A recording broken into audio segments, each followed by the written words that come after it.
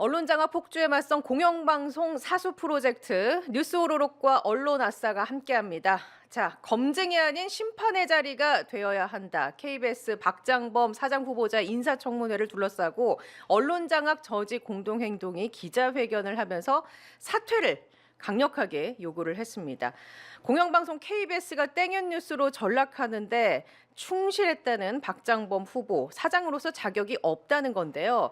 박장범 앵커 지난 2월 윤석열 대통령과의 특별대담에서 김건희 여사의 명품백 수수를 가리켜서 이른바 파우치, 외국 회사의 조그만 백이라고 발언한 장본인입니다. 이후에 공영방송을 윤석열 대통령에게 갖다 바쳤다라는 비판 속에 파우치 박이라는 별명을 얻기도 했는데요. 어제부터 시작된 KBS 박장범 사장 후보자의 인사청문회 다들 어떻게 보셨습니까? 오늘은 그 이야기를 좀 해볼까 합니다. 아부방송, 조공방송, 용산방송이라는 신조어까지 낳은 박장범 후보. 도대체 어떤 사람인지, 그동안 KBS의 보도를 어떻게 망쳐왔는지 낱낱이 파헤쳐 보도록 하겠습니다. 자, 뉴스 오로록과 언론 아싸가 함께하는 오늘 이 시간 함께 이 자리를 꾸며주실 두 분을 소개하도록 하겠습니다. 자, 먼저 신미 사무처장님 나오셨습니다. 안녕하십니까? 네, 안녕하세요. 네, 반갑습니다. 네. 예. 자, 오늘 모신 분은 언론 아싸에서는 제가 처음 화면상으로는 뵙는 것 출연으로는 같은데 처음이시죠. 예, 어떤 분이신가요? 오늘? 언론아싸 비밀의 병기입니다. 비밀의 병기. 네. 예, 어떤 분이시길래? 저희 공원조 기자님이 KBS 공원조 기자님이 예. 저희가 이제 언론아싸 시즌제로 운영되는데요. 가장 길게 했던 게 시즌 4거든요. 네. 그때 조연출로 저희 아. 이른바 하이라이트 영상 예. 뽑는 담당이셨어요. 아. 이른바 야마 뽑는 기자.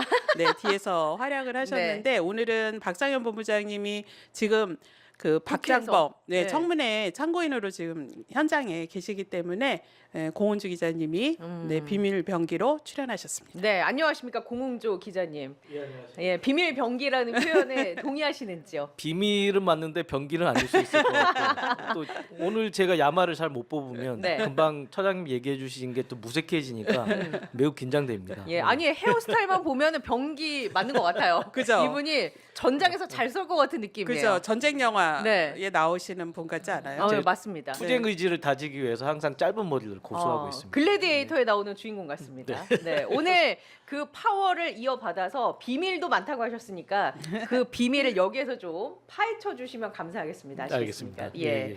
자, 그러면 이렇게 신미 처장님과 공웅조 KBS 기자님과 함께 방송을 해 보도록 하죠. 아니, 처장님은 네. 저희 오마이 TV가 지난주 토요일에 매주 나가고 있거든요. 네, 제가 네. 최진봉 교수님과 함께 그 현장을 지켰는데 네. 거기에서 만나서 저희가 인터뷰도 했었어요. 맞아요. 예. 저희도 민원연이 주말마다 그 시민들 모이는 데 가서 이제 저희가 편파 뉴스를 파헤치다 이 리플렛을 나눠드리는데 토요일 날 딱 저희가 부스에서 그거 놓고 나서 돌아섰는데 최지훈 아나운서님이 딱 마이크 들고 최진봉 교수님이랑 서 있는 거예요. 그래서 저는 그 라이브인지도 모르고 어머나 이렇게 얘기를 했는데 잠깐 오시죠. 이래서 저희가 다가갔죠. 네. 그래서 그 자리에서 현장에서 따끈따끈한 네. 언론사의 얘기를 네. 무엇이 문제인지를 낱낱하게 또 자료를 들어서 말씀해 주셨어요. 네. 근데 그날 뵙던 모습과 네. 지금 모습이 너무 다르죠. 너무 달라요. 그날 비 와가지고요. 맞아요. 정말 예. 비에 다 맞아가지고 네. 막 형색이 음, 행색이 형편 아니었죠. 저도 마찬가지였습니다. 예. 원래 집회란 건 현장이 중요한 거지. 네. 우리의 인물은 참여가 중요한 거지. 모습이 중요한 건 아니니까. 네, 그날 저녁에 저희가 또 이렇게 다 마치고 명동에서 그 행진. 거리 행진까지 네. 하고 딱 흩어져서 너무 배고팠거든요. 예. 그래서 이제 저희 같이 오신 민원연분들하고 딱 밥을 먹으러 갔는데 거기 또 너무 익숙한 뒷모습의 분이 보이는 거예요. 누구시죠? 누구셨을까요? 누구죠? 우리 저기 진봉채 교수님.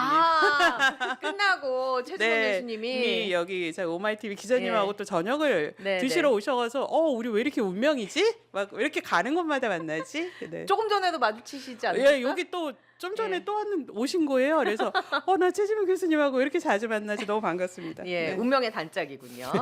그날 토요일에 집회 있었는데 혹시 현장에는 안 계셨었죠? 저는 이제 예. 다른 일 있어가지고 이번에는 못 갔고 제 다음번에는 그날 저는 잠깐만요. 궁금한 게 비가 왔음에도 불구하고 정말 많은 시민분들이 모여서 어떤 이 전국에 대한 이야기를 성토하셨어요. 시민분들 직접. KBS 뉴스에서는 이 사안을 어떻게 보도했나요? 저희가 항상 이렇게 기자협회라든가 저희가 기자들이 아침마다 이제 편집 회의를 하거든요. 예. 그래서 이제 이 부분이 굉장히 중요하다. 결국은 시민들이 나오셔서 이게 분노를 외치시는 거 아니겠습니까? 근데 이게 아예 안 다루면 안 되기 때문에 아주 짧은 단신으로 다루던가 긴 기사의 끝 부분에 이렇게 살짝 집어넣는다든가 촬영은 이만큼 하는데 네. 나가는 부분은 요만큼 이렇게 이제 면피용으로 이렇게 하는 경우가 많고 과거에 이제 고대영 사장 시절에도 그랬습니다. 중요한 사안을 짧게 다루면서 우리가 이거 다루지 않았느냐. 9시 뉴스에는 방송하지 않았지만 아침 뉴스에는 내보냈다. 예. 9시 뉴스에는 안 나갔지만 7시 뉴스에는 짧게 나가지 않았느냐. 예. 이런 식으로 이제 중요 사안을 이렇게 축소해서. 중요하지 않게 네. 만드는 그런 수법들을 요즘에 쓰고 있는 거죠. 뉴스 가치라는 게 있잖아요. 네. 뉴스 가치적으로 봤을 때는 사실 이재명 대표의 선고가 있었고 네. 그 뒤에 비가 왔음에도 불구하고 시민들이 모여서 네. 한 목소리를 내는 자리. 뉴스 가치로 치면은 적지 않거든요. 뉴스 가치를 치면 그날은 그 오후 3시부터 네. 매주 모이시는 그 촛불을 드시는 시민 촛불 행동 분들이 예. 집회를 하시고 광화문으로 오셨고 또 민주당이 자체적인 집회를 하고 또 그 자리에 또 오셨고 또 시민들이 5시 반부터 윤석열을 거부한다 시민행진 자체적으로 시민사회에서 예. 또 마련한 집회. 네. 그러니까 이게 세 개의 주체가 모인 거예요. 예. 뭐 시민들은 왜 촛불 뭐 이렇게 여러 개 집회를 하냐, 왜 하나로 하면 하나로 하면 얼마나 좋냐 막 이러시는데 정말 그 윤석열을 거부한다라는 구호 아래 야당 그 야당도 민주당뿐만이 아니라 야 6당이 다 오셨습니다. 그렇죠. 그리고 시민 그다음에 매주 촛불을 들었던 촛불 행동 이렇게 모인 어떻게 보면 최초의 자리였고요. 그날 사진이나 그 영상을 보셔서 알지만 비가 진짜 엄청 많이 예. 왔는데 그 광화문 동신자각부터 그 사직로 입구까지 정말 가득 메웠거든요. 그래서 이거는 언론사로서는 뭐 인파가 많았다도 중요하지만 이렇게 시민과 또 야 6당이 함께 윤석열 대통령의 이렇게 폭정에 대해서 그리고 김건희 여사의 여러 불법 위법 행위에 대해서 특검을 지금 계속 거부하는 거에 대해서 규탄의 목소리를 하는 것에 분명히 이거는 언론이 보도를 해야 될 가치가 충분한데 그렇죠. 그날 제가 또 그 프레스 담당이었어요. 기자 담당이었는데 앞에서 정말 열심히 어느 언론사가 취재하는지 다 보이잖아요. KBS 기자분들이 정말 열심히 취재하더라고요. 저는 그거에 대해서는 너무 감동을 받았어요. 그 영상 기자, 취재 기자 이분들이 어떻게든 그림을 담고 취재하려고 이러는데 제가 이제 가슴이 아팠던 게 일선에서 KBS 기자들이 그렇게 열심히 취재하는데 데스크들과 임원들에 의해서 그렇게 취재한 내용이 보도가 제대로 안 되고 있다는 게 다시 한번 그 현장에서 느껴지더라고요. 정말 그렇게 안타까운 현상이 요새 많이 나타나는가요? 그렇죠. 지금 뭐 명태균 의혹 관련해서도 좀 두드러지는 게 저희 기자 좀 전에 말씀드린 것처럼 기자 협회장이 매일 아침 편집 회의에 들어가서 하는 말이 그겁니다. 왜 다른 언론사는 특별 취재반을 만들어서 이렇게 뭐 창원에 급파를 하던가 그래서 이제 각종 의혹에 대해서 너무 많은 의혹들이 제기되고 있으니까 취재를 좀 해보자 이렇게 하는데 거기에 대해서 보도국 간부들은 그냥 못 들은 척하는 거죠. 창원에 있는 그러니까 그 창원지검에 있는 인력들이 한 2명 정도 있습니다. 예. 그들에게 그냥 지금 나오는 뉴스를 팔로우하는 정도만 이렇게 시키고 물론 이제 거기 있는 기자들이 굉장히 열심히 해서 단독 보도도 하고 있습니다만 네. 일단 이제 인력이 좀 있어야 취재를 좀 심층적으로 할 수 있을 텐데 그런 것들을 이제 아예 그냥 외면하고 있는 거죠. 근데 이 특징이 지금 윤석열 정권에 이제 장악이 된 KBS에서 이렇게 큰 사건이 터지면 언론사들 다 TF 특별 취재팀 꾸리잖아요. 그렇죠. 지금 대부분 꾸렸습니다. 근데 특별 취재팀이 구성이 안 된 곳이 KBS와 YTN 방송사에서 두 곳입니다. 지금 종편들도 다 특별 취재팀 TF 꾸려가지고 나름 열심히 취재하고 있죠. 보도 내용은 좀 상이하지만 그런데 YTN하고 KBS에서 이렇게 중대한 전국에 이렇게 계속 명태균 게이트가 여러 진짜 일파만파로 확산되고 있는데 특별 취재를 안 한다. 이거는 직무유기라고 볼 수밖에 없죠. 내부적으로 골무 문제가 좀 있다. 그렇게밖에 해석을 할 수 없겠네요. 그게 현지에서 들리는 좀 웃긴 예. 얘기가 있는데 이제 창원지검 근처에 네, 이제 네, 그 모텔들이 있잖아요. 예. 네. 특파된 취재진들이 이제 묵어야 되는데 네. 일단 이제 근처에 있는 모텔들이 전부 다 이제 방이 동이 났고 가격이 기자들 너무 때문에. 너무 올랐답니다. 근데 KBS 네. 기자는 급하지 않았기 때문에 창원에 계신 분들이 커버를 함으로써 숙식비는 줄겠네요. 그래서 높은 뭐 상황. 재정적으로 좀 도움이 된다고 생각했는지 모르겠습니다. 근데 KBS가 오히려 훨씬 유리하거든요. KBS는 전국 그럼요. 전국의 네. 주요 지역마다 KBS 총국이 방송 총국이 있어서 창원에는 또 창원 총국이 있고 또 거기에 창원 지검을 계속 마크하던 기자들이 있습니다. 거기에다가 또 서울이나 또 다른 지역에서 지원을 간다면 어느 언론사보다도 유리한 지형이죠. 그러니까 특종이나 단독 보도를 할 수 있고 밀착 마크할 수 있는 아주 절호의 기회인데 지금 경영진에서 예. 그러한 취재 방향으로 하지 않으려 하는 거고 내부에서는 노조라든지 기자협회에서 계속 목소리를 내고 있는 것으로 알아요. 그래서 예. 아주 이상한 보도를 막는 역할도 많이 하고 있는 것으로 알고 있습니다. 공조 기자님 여기 계실 게 아니라 창원으로 가셔야 되는 거 아닙니까 지금? 제가 이제 기반이 부산 총국에서 일을 네. 하고 있기 때문에 또 근처거든요. 예. 네, 뭐 가라고 하면 갈 수 있는데 제 취재력이 그 정도 되는지는 모르겠습니다만 그 이제 잠시 뒤에 얘기가 나오겠습니다만 네. 최순실 관련 의혹이 있을 때 아. 저희 KBS에서 TF를 만들었었고 취재를 네네. 기자들이 굉장히 열심히 했습니다. 예. 근데 박장범 사장 후보자가 이제 이 취재를 좀 무마했다는 의혹이 나오고 있는데 네. 아마도 이제 지금 보도국 간부들이 이제 그 전례를 생각을 해서 기자들이 취재를 열심히 하면 안 되겠구나 라는 생각을 하고 있는 것이 아닌가라는 그냥 예. 합리적인 의심? 합리적인지는 모르겠습니다. 네, 그냥 그냥 의심. KBS의 구성원으로서 네. 아쉽고 안타까워서 그냥 어. 제가 드리는 말씀입니다. 그러면 그 최순실 건 무마하려던 했었던 그 사건은 잠시 뒤에 조금 더 자세하게 이야기를 나눠 보도록 하고 자 오늘의 주제어로 들어가 보도록 하겠습니다. 파우치박 청문회 버티기 신공 기억 안 나. 막장범의 실체는? 이라고 저희가 달아봤습니다. 네. 자, 박장범 씨가 별명이 계속 늘고 있는데요. 어제 청문회 첫째 날 기억이 안 난다, 모른다, 예. 그런 거 같지 않다. 계속 이렇게 반복하니까 이 막장범은요, 이 저희 시민들이 지어준 또 다른 별명이에요. 아 이제 뭐 그냥 막장? 청문회만 버티면 예. KBS 사장 자리 따는 당상이구나, 버티기만 하면 되는구나, 뭐 이렇게 다들 예. 비난을 하더라고요. 아니 어제 청문회장에 실제 디올백이 등장을 해서 아, 네.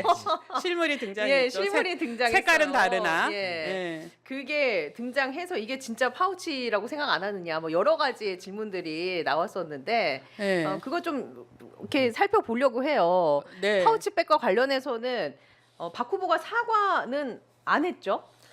저는 뭐 유감 표시라도 이렇게 좀 할 줄 알았거든요. 예. 왜냐하면은 너무 기대하신 거 아니에요? 그러니까 이제 여기저기서 이제 문제 제기가 나오고 본인이 기자라면 30년 기자를 했다면 본인의 이제 단어를 선택함에 있어서 이제 일반 시민들의 이게 정서와 좀 맞지 않는다라고 생각하면 뭐 유감 표명을 한다 정도로 좀 예상을 했었는데 말 그대로 국민의 눈높이라는 그렇습니다. 게 있잖아요. 그런데 이제 이틀째 조금 전까지 청문회를 보고 왔는데 유감 표명은 전혀 없었습니다. 그러고 이제 하는 말이 세 가지죠. 사이트에서 제품명을 찾아보니까 파우치라고 적혀 있더라. 디올 파우치라고 디올 제품명이. 파우치. 네. 그리고 사전에 보니까 파우치는 작은 가방이더라. 그리고 명품이라는 단어를 쓰면 우수한 제품이다. 이런 뜻이 있기 때문에 본인은 이제 객관적이고 중립적인 용어를 썼다. 네. 이렇게 얘기를 하는데 뭐 다 아시겠습니다만은 이 어휘가 이제 의미를 만드는 거 아니겠습니까? 예를 그렇죠. 들어서 뭐 폭동이라고 얘기를 할 것이냐, 논란이라고 얘기할 것이냐, 소란이라고 얘기할 것이냐, 자기가 쓰는 어휘에 따라서 부여되는 의미가 다른데, 우린 다 알고 있듯이 이분은 김건희 여사가 받은 이 고가의 백에 대해서 가장 의미를 최소화할 수 있는 단어를 굉장히 오랫동안 찾지 않았겠는가. 의도적이다. 그런 생각을 하고 있습니다. 그래서 제가 드는 생각은 이게 즉흥적인 것은 아니었을 것이다. 예. 굉장히 오랫동안 연구했을 것인데 본인이 이 의미를 축소하기 위해서 오랫동안 찾았거나 아니면 대통령실과의 어떤 교감에 의해서 이런 것들을 만들어낸 것이 아닌가. 이 단어에 대해서 굉장히 집착적으로 지금 얘기를 하고 있거든요. 예. 그런 좀 생각이 좀 들고 있습니다. 그러니까 분명한 거는 의도가 있었다라는 그럼요. 거죠. 대통령과의 대담인데. 네, 의도가 있었죠. 어제도 그 청문회에서 관련한 질문에 주도 면밀하게 답변을 하잖아요. 그 정도의 그 9시 뉴스 메인 뉴스 앵커이자 그리고 대통령하고 특별대담을 예. 진행하는 사람은 지금까지 대통령하고 특별대담 1대1로 한 기자나 앵커가 4명밖에 되지 않지 않습니까? 그만큼 그 자리에 가는 건 사전 준비를 아주 많이 철저히 하고 갑니다.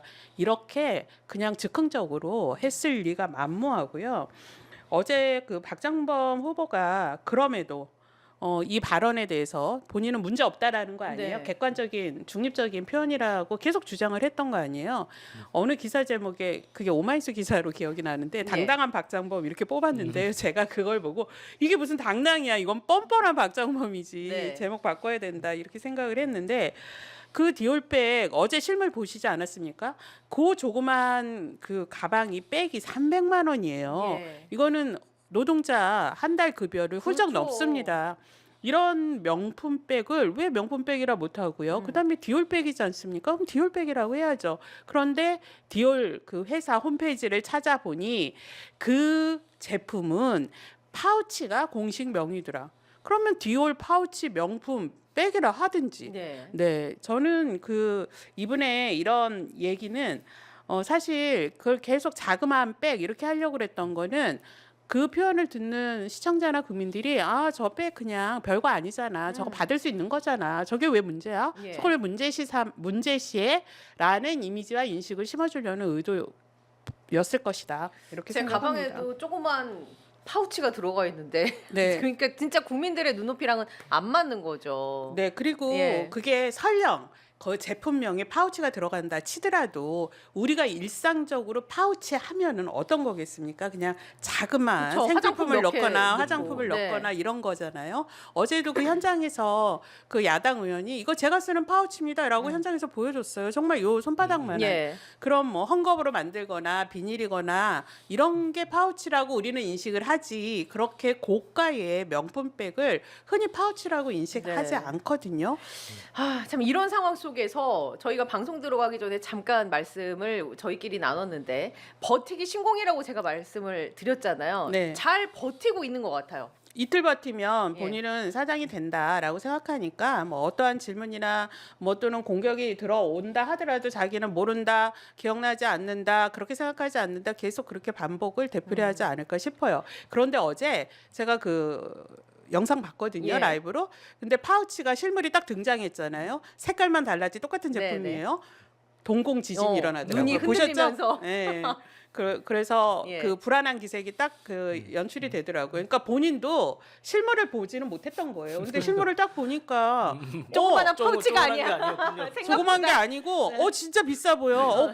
막 그러니까 이제 자기도 거기서는 예. 쉽게 대답을 못 하더라고요. 실제 이제 박장범 씨가 이제 영국 런던 특파원을 했었거든요. 네. 거기서 이제 보도한 내용들을 보면 청문회에서 나왔습니다만 자기가 보도할 때 이제 명품 여러 단어들을 많이 썼었습니다. 뭐 해롯백화점의 명품들 이렇게 얘기를 했는데 물론 이제 12년 전 이야기이긴 합니다만 그때 썼던 명품이라는 단어와 지금 썼던 명품이라는 단어가 뭐 크게 다르지는 않을 것 같거든요. 그렇죠. 근데 그 시간 동안 그 단어의 뜻을 잃어버렸는지 뻔뻔하게 이렇게 얘기를 하고 있는 거 보면 참 어처구니가 없다. 지금 이틀째 이제 진행이 되고 있는데 어떻게 보고 계세요?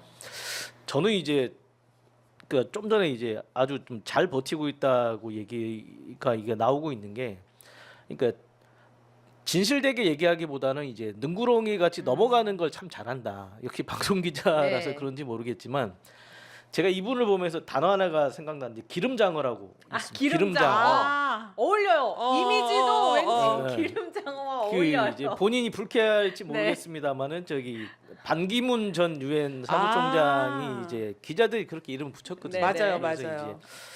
이제 뭐 이게 권력만을 쫓아서 양지의 양지를 길만 이제 쫓는.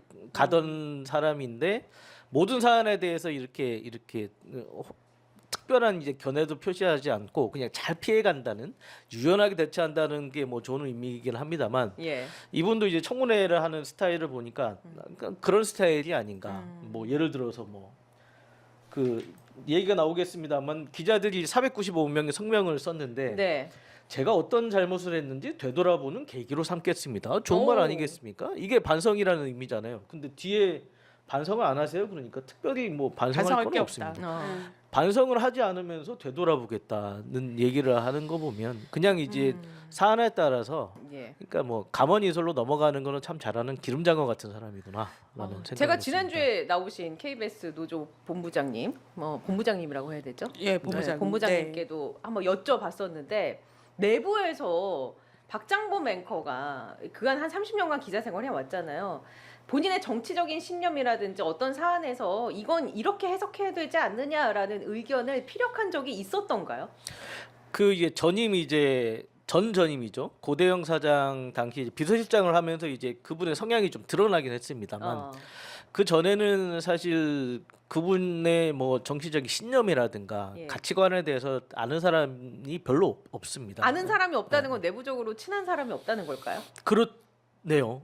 실제로 그렇습니다. 예, 아니, 예. 30년간 조직 생활을 한 곳에서 했으면 밥도 같이 먹는 동료가 있을 거고 선후배가 있을 터인데 없다는 말씀이세요? 그러니까 실제로 아는 사람이 별로 없어요. 그분에 존재감이- 대해서 아는 사람이 아니 별로 어제 없습니다. 오죽하면 예. 그 청문회 과정에서 혹시 외톨이 아니냐 이런 얘기 표현까지 나왔거든요. 그러니까 이렇게 뭐 그 관계를 맺는다든지 막 이런 것에 있어서 잘 하지 않았던 걸로 보여요. 그러니까 뭐 이런 표현은 좀 쓰기 그렇습니다만 법인 카드를 이렇게 좀 쓰잖아요. 예. 정해진 액수가 있으면 쓰는데 본인의 자랑은 이제 법인 카드를 뭐 얼마 안 썼다, 한 달에 뭐 몇만 원 안 썼다 이런 식으로 이제 피해가긴 하던데 예. 두루두루 인간관계를 하면서 사람을 사귀고 얘기를 듣고 이렇게 해야 되는데 그렇게 기자 생활을 하지 않았던 게 아닌가. 근데 참 그래서 의외네요. 어제 그렇게 막 그 일관되게 버티고 막 본인의 과오에 대해서 인정하지 않고 막 이런 모습은 흡사 그 이전에 이진숙 방통위원장 청문회에서 네네. 결코 자신의 과오를 인정하지 않던 그 뻔뻔함은 너무나 이진숙과 박상범 이거 남매 아니야? 막 이럴 정도의 그 공통점이 보였는데 그 이진숙 위원장은 법카의 여왕이라 불릴 정도로 엄청나게 그렇죠. 그 빵도 사 먹고. 네. 네. 한도 네. 이외에 그 지출을 해서 그것도 뭐 수천만 원대 지출을 해가지고 문제였는데 그러면서 본인은 또 되게 열심히 일했다고 또 했단 말이에요. 그 법카를 네네네. 부적절하게 집행한 거를. 근데 또 박장범 씨는 정말 활동을 하라고 한 업무 추진비를 거의 쓰지 않고 그랬다는 거는 또 예. 의외의 모습이네요. 네. 차이점은 이제 빵을 별로 좋아하지 않는구나. 두 번째는 이제 그분이 이제 앵커를 많이 하셨어요. 예. 이게 방송 욕심이 있으신 것 같은데 진행자를 많이 네. 했죠. 앵커를 많이 하셨는데 이제 보직 간부를 이제 거의 맡으신 적이 없기 때문에 그래서 이제 쓸 수 있는 이제 법인 카드 업무 추진비 같은 게 이제 적었고 예. 또 이제 KBS가 좀 MBC에 비하면 적긴 적습니다. 그래서 그랬던 게 아닌가. 아이들이 보는 만화 중에 흔한 남매라고 네, 책이 네, 있어요. 네, 네. 그 굉장히 인기인데 지금 표현에 네. 빗대어 보자면 뻔뻔한 남매, 뻔한 남매 뭐 이 정도로 할 수 있지 않을까. 네. 사장 후보가 되려면 저 정도는 뻔뻔해야 하나 이런 선례를 남긴 게 아닌가 싶어요. 그래서 말씀해주신 부분을 좀 하나하나씩 짚어보도록 하죠. 장범했다라는 말도 청문회장에 다시 등장했어요. 저희가 다뤘는데 그렇죠. 어떤 맥락에서 또 등장한 겁니까 이게? 이건 뭐 같은 맥락입니다. 예. 이게 장범했다가 이게 저희 앵커가 그 기자가 리포트할 때 그 리포트를 본인이 임의로 고치거나 또는 기사 맥락과 관련 없는 그것도 이 정권의 우호적인 멘트 또는 이전 정부를 비난하거나 비판하는 멘트를 본인이 추가한단 말이에요. 네. 이런 걸 보고 기자들이 나 장범했어 막 이게 이제 KBS 유행어가 된 건데 지난번에 이제 저희가 기자들이 기수별 성명에서도 그 얘기를 했고 그런 사례가 많았다라는 언급을 박상현 본부장님이 하셨단 말이에요. 근데 이번에 청문회에서 실제로 그렇게 했던 구체적 사례를 이제 각 의원들이 자료를 뽑아서 화면과 함께 다 보여준 거예요. 그러니까 뉴스구 9시 뉴스에서 박장범 앵커가 기자도 똑같고 기사 내용도 똑같습니다. 그런데 앵커 멘트가 9시 뉴스 또는 다른 시간대 뉴스하고 다른 거예요. 예, 그러니까 이 멘트를 예. 무슨 의도로 넣었냐, 이걸 왜 넣었냐, 뭐 이렇게 질문을 했을 때 그에 대해서 또 그 잘 답변 안 하더라고요. 그럼 뭐 자기는 앵커로서 뭐 그 충분히 할 수 있는 네. 뭐 범위였다 이런 식으로만 계속 빠져나가던데 그런 사례가 의외로 상당히 많았다. 예. 지금 그런 측면에서 보면 과거부터 박장범 앵커가 앵커로 일을 하면서 이렇게 뉴스 제작에 공공연하게 본인이 원하는 방향대로 끌고 갔던 것 같아요. 근데 거기 측면에서 보면 최순실 사건 보도도 비슷하다고 우리가 볼 수 있는 건가요? 앵커 멘트 얘기부터 예. 먼저 하고 이제 요걸 좀 넘어가면 과거에도 이제 박장범 씨가 앵커를 한 적이 있었는데 이렇게 문제가 된 적은 없었거든요. 이제 앵커마다 좀 특성이 예. 있겠습니다만 기자가 이렇게 기자가 기본적으로 앵커 멘트를 씁니다. 그렇죠. 그러면 이제 뭐 이렇게 약간의 이제 의미가 이상하다던가 본인이 이제 발음하기가 쉽지 않으면 약간 고치는 사람도 있고 기사의 의미를 잘 살려서 이제 앵커 멘트를 쓰시는 분도 있는데 그거는 이제 앵커의 권한이라고 우리가 볼 수 있겠죠. 근데 이제 이분이 이제 9시 뉴스를 맡으면서 앵커 멘트를 고치는데 기사에 없는 내용을 이제 붙이거나 뭐 이런 경우가 있습니다. 그래서 예를 하나만 사례를 좀 드리면 알려주세요. 네. 이건 읽어드려야지 예. 이해가 편하실 것 같으니까 국민의힘은 운동권 세대의 오만함이 드러났다고 비판했는데 며칠 전에는 대표적인 민주당 386 정치인이 50대 장관에게 어디다 건방지다란 막말까지 했습니다. 민주당 386 정치인이 이렇게 얘기했다는 거는 기사 본문에는 아예 없는 내용인데요. 이제 이 기사랑 며칠 전에 했던 발언을 연계시켜서 민주당에 대해서 안 좋은 감정, 민주당 사람들은 이렇게 막말을 하는 집단이라는 거를 보여주기 위해서 이렇게 이제 앵커 멘트를 쓰기도 예. 했었고 그리고 뭐가 있을까요? 하나 더 있습니다. 전임 문재인 정부 때는 북한의 미사일을 미사일이라 부르지 못하고 불상의 발사체라는 말까지 만들어냈던 것과는 180도 달라진 대북 대응이다. 굉장히 가치관이 포함된 내용인데 예. 문재인 정부 때 이제 미사일을 미사일로 표현하지 못했다는 얘기인데 이 불상의 발사체라는 거는 문재인 정부 이전에도 사용했던 거잖아요. 예. 미사일이라고 이제 식별하기 전까지는 이제 불상의 그렇죠. 발사체라고 했는데 네. 이거를 이제 완전히 사실을 틀어서 문재인 정부의 이제 대북 정책이 문제가 크다라는 걸 이제 보여주기 위해서 본인의 인식을 보여주기 위해서 이렇게 앵커 멘트를 이제 만들어서 넣는.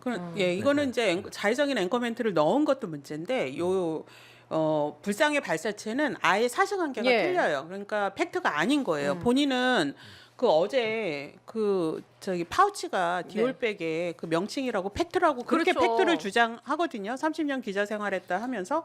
그런데 정말 이렇게 그 뉴스를 보도할 때 전혀 사실이 아닌 내용까지도 앵커 멘트라는 빌미로 자기 주장을 펼치면서 이전 정부를 더 비난하는 비난의 강도를 높이는 걸로 활용을 한 거죠. 아니 이분은 KBS 사장과는 맞지 않아 보이는 게 네. 왜냐하면 윤석열 대통령이 임명하면 안 될 것 같은데요. 윤석열 대통령이 맨날 가짜 뉴스를 만들어내는 선동 세력이라고 늘 어디에 나면 공공연하게 연설을 하잖아요. 그렇죠. 그 측면에서 보면 이게 가짜 뉴스죠. 네, 가짜 이게 뉴스 이제 아닌가요? 허위 조작 정보인데 허위 정보에 해당이 되는 건데 이제 이 이 윤석열 정권에서는 자신들에게 위리하면은 그거는 가짜 뉴스나 허위 정보가라고 얘기하지 않을 않고, 거고 예. 예, 이른바 이게 이제 용산 방송 조금 방송의 네. 사례인 거죠.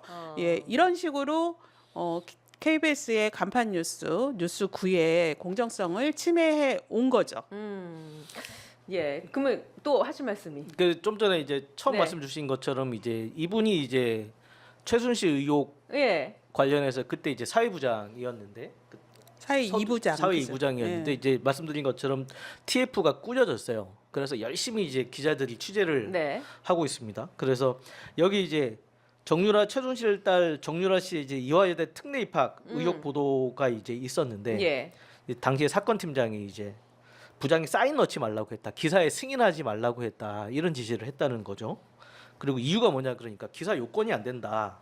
그래서 더 취재를 더 보충해서 기사를 수정하니까 지금은 하지 마라. 지금은 때가 아니다. 이런 식으로 이제 얘기를 했다는 겁니다. 이 기사를 방송을 못 내게 하려는 거죠. 예. 그래서 오늘 확인해봤더니 그 기사가 그대로 남아 있습니다. 방송되지 못한 기사가 KBS 저희- 내부망에. 네, 보도 정보 시스템에 그대로 남아 있더라고요. 네네. 그리고 이제 그 우병우 수석 실세라고 했던 이제 과거에 예. 그분의 이제 광주지검 외압 사건에 대해서는 뉴스 아이템이 많아서 뉴스에 들어가지 못한다. 결국 이제 방송을 못했던 그런 사례가 있는데 며칠 뒤에 SBS가 특종을 아. 했었습니다. 소위 물 먹었네요. 물 그냥. 먹은 거죠. 예. 우리가 특종을 취재를 해놓고 이분 때문에 이제 기사가 이제 물 먹은 그런 사례가 있고 마지막으로는 이제 태블릿 관련해서 그 극우 단체들 중심으로 해서 이제 태블릿 가짜다 이런 얘기들이 예. 많이 있었잖아요. 그래서 그게 허위로 여러 가지 증거를 통해서 허위로 드러났는데 이 박장범 사회이부장 당시 사회이부장이 이거 의혹이 좀 신빙성 있지 않냐? 이거 좀 취재를 해봐라. 라는 얘기는 사실 이거 해서 보도하라는 얘기잖아요. 네. 근데 이제 그 취재 기자들이 이제 열심히 취재해서 이거 최순실 거 맞는데요? 하니까 그걸 이제 더 이상 얘기를 안 못한 하고. 거죠. 못했던 못한 거죠. 거죠. 이 박장범 씨가 뭐 최근에 이제 앵커 멘트를 고치고 또 이제 대통령실 대담을 통해서 이렇게 대통령실이 굴종하는 모습을 보였던 것만 우리가 기억을 하는데 사실은 과거의 이력이 과거부터 차근차근 이제 빌드업을 소위 해놨. 잘 보이기 위해서 정권에 이런 것들을 정권 라인에 줄 서는. 예. 해왔던 거구나. 그러니까 그런 2016년에는 거죠. 이른바 박근혜 최순실 그 라인에 줄을 서는 거고요. 지금은 갈아타서 윤석열 김건희의 줄을 쓴. 그래서 이게 환승 충성을 했다. 환승연애만 있는 줄 알았더니 예, 조공과 충성도 환승이 있군요. 예. 아니 그 아까 전에 기름장어란 표현을 쓰셔서 제가 문득 그 생각이 들었어요. 그러면 이분이 이렇게 최순실 사건 때도 이렇게 무마하려고 했던 의혹이 있었고 의혹이 아니죠. 무마했었고 네. 그리고 윤석열 대통령 들어서는 축소, 과장, 왜곡 보도를 하는 경향을 보였는데 과거에 말이죠. 과거에는 또 진보적인 성향이라고 할 만한 프로그램의 앵커도 했었잖아요. 그러니까 이분이 이제 방송 욕심이 많았다는 게 느껴지는 게 그러니까 뭐 여담입니다만은 이제 간부들한테 이제 굉장히 본인 어필을 많이 하셨던 것 같아요. 난 출연하고 싶다고. 아, 난 물론 진행을 이제 잘한다. 그거는 뭐 방송인으로서 할 수 네. 있다고 생각을 합니다만 네. 이제 전과 후가 다르면 안 되고 과거와 현재가 사실 일관돼야 되는데 그렇죠. 시사투나잇이라고 이제 저희 프로그램 중에 시청자- 시사교양 PD가 있었습니다. 네. 야간을 하는 프로그램이었는데 이 프로그램이 이제 뭐 자본과 권력 예. 비판 기능을 담당하고. 억압을 받는 서민들의 네. 목소리를 전하는 네. 뭐 그런 프로그램이었어요. 이 프로그램을 몇 년 동안 진행을 하시면서 이제 앵커로서 그 내용들을 다 전달하는 그런 역할을 했는데 거기서는 또 이렇게 멘트를 고치거나 이러지는 않으셨던 것 같아요. 뭐 아주 충실하게 이제 아니 거기 안에서는 제작진들이 워낙 그 아주 열심히 하시는 분들이니까 감히 이렇게 못했겠죠. 예. 그러니까 어쨌든 그렇게 사회 비판적인 내용이라든지 권력을 감시하는 내용을 전달할 때는 또 얌전하게 충실하게 하다가 뭔가 이제 본인이 아부를 해야겠다라고 느껴지면은 이렇게 수정을 해서 또 다시 아부를 하는 네. 모습. 혹시 그 프로그램 그때 진행할 때 그때는 정부가 달랐던 거 아니에요? 그렇죠. 그러니까 예, 정부가 맞습니다. 그러니까 이게 전형적인 정권의 눈치를 보는 거잖아요. 기회주의자의 그 어떤 전형인 예, 거죠. 면모를 갖고 그러니까 있다. 이분이 그러니까 이른바 보수 정권이든 아닌 정권이든 간에 늘 이렇게 양지의 길을 가셨기 때문에 그래서 이제 몰랐던 거죠. 이분의 성향은 사실은 이제 물론 이제 사회부 2부장 할 때에는 보도국 안에서 있었던 예. 일이라 사실 크게 소문이 안 났는데 꾸준히 이제 양지의 길을 쫓아오셨던 것 같은 생각이 그러니까 듭니다. 이분의 본질이 이번에 이제 파우치 발언으로 저런 사람이었구나 이게 이제 드러난 거고 그 절정이 그렇게 파우치 발언을 2월에 하고 채 1년도 안 돼서 사장 후보로 네. 지원을 하고 딱 낙점이 돼서 이렇게 또 충성으로 사장 자리를 꿰차는 모습을 보면서 이제 이게 박장범의 실체였구나 이렇게 이제 안에서도 아시게 된 것 같아요. 네. 저 심은정님이 이런 질문을 해주셨는데 대통령 특별대담 앵커가 4명뿐이었다는 거에 놀랐네요. 이렇게 하셨는데 김종진, 손석희, 송현정, 박장범 이렇게 4명이었다고 합니다. 아마 김종진, 송현정 이 두 분도 KBS 분들이었던 걸로 KBS 기자였고 특히 저는 기억에 남는 게 송현정 그 KBS 기자가 문재인 대통령을 대담한 걸로 아는데 그때 매우 날카롭고 비판적인 질문을 해서 문재인 대통령 지지자들로부터 거센 항의를 받고 그 질문 자체가 뭐 적절했냐 아니냐라는 정도로 보도까지 되고 예. 그랬던 기억이 나거든요. 그만큼 대통령과 직접 대담을 하는 그렇죠. 앵커나 기자들은 시민과 국민의 눈높이에서 네. 국민들이 궁금해하는 특히 그 진실과 실체를 파헤쳐야 되는 것에 대해서 용감 있게 질문해야 된다라는 거였는데 특히 이렇게 집적하신 분들 중에 자기가 본으로 뭐 인사 특혜를 받았거나 예. 뭐 낙점을 받았거나 그렇죠. 이런 분들 아무도 없거든요. 제가 개인적인 얘기긴 합니다만 제가 손석희 앵커가 노무현 전 대통령을 네. 대담한 청와대에서 했었거든요. 그렇죠. 그때 그 네. 현장에 있었습니다. 아 그러셨어요? 네, 그 현장에서 질문과 답을 다 들었는데 제가 이제 백분토론 시민논객 출신이라. 네. 근데 그때 당시 한미 FTA가 굉장히 뜨거웠었어요. 그게 또 노무현 대통령한테 네. 상당히 비판적인 질문이죠. 그런 질문도 청와대 그 한가운데 현장에서 나왔었습니다. 네. 그러니까 앵커의 역할은 정말 국민의 눈높이에 맞게 그때 당시 나라가 처한 상황, 국민들이 처한 어떤 여러 가지 고려사항을 종합적으로 판단해서 가려운 데를 긁어줘야 하는 건데 지금 박장범 앵커가 보인 행동은 그것과는 완전 배치되는 거니까 국민들이 더 분노를 하는 거겠죠. 네. 이제 그 송현정 기자의 이제 그 대담을 보면서 느꼈던 게 저런 도발적인 질문이 가능하다는 것은 그런 질문을 용인할 수 있는 그런 민주적인 분위기가 사회. 만들어졌기 때문이 아닌가. 그리고 당시에 청와대와 어떤 질문을 할 것인지 하나하나 맞춰보진 않았겠구나. 맞춰봤다면 빼라고 했겠죠. 불쾌했겠죠. 불쾌했겠는데 아니었구나. 그래서 이번 이제 대담을 보면서 그 녹화본을 이제 보니까 이렇게 있더라고요. 원고도 아주 두꺼운 원고가 있고 프롬프터도 앞에 있는 걸 보고 예. 아마도 이제 질문과 답이 굉장히 잘 짜여져서 진행이 된 것이 아니었는가. 그러니까 즉흥적으로 이게 뭔가 이제 앵커가 생각나는 질문을 했거나 네. 하는 게 아니라 사전에 질문과 답이 아주 잘 짜여진 상태에서 사실 이제 녹화된 것이 아닌가. 그렇기 때문에 불편한 질문을 하지 못했고 본인도 그런 질문할 의사가 없었던 것이 아닌가 그런 생각이 들어요. 처음에 이 박장범 씨가 딱 보자마자 본인 영광이라는 표현을 쓰잖아요. 네, 그때부터 네. 박장범 씨는 이게 기자로서 앵커로서 대통령을 대등하게 국민의 목소리를 대변해서 인터뷰하겠다 이런 자세가 아니라 모시겠다라는 자세가 그 영광이라는 표현에서 나타났어요. 네. 같은 앵커 출신인 그 민주당의 이정현 의원이 네, 같은 말 아니 했죠. 왜 네. 1년차 기자도 그렇게 안 한다. 누가 인터뷰할 때 영광이라고 쓰냐라고 질책했을 때 한마디도 못하더구만요. 네. 그 측면에서 제가 여쭤보면 아까 전에 얘기해 주신 방대한 분량의 영상이 지금 다 있다라고 얘기를 해 주신 거잖아요. 방대할 정도는 아닌 것 아니지만 같습니다. 예, 방대할 정도는 그러니까 아니지만 어느 정도 이제 서로 이제 약속 대전 같은 뭐 그런 시간이었던 걸로 봐서 네. 아주 방대한 양을 녹화해서 편집을 한 건 아닌 것 같고 예.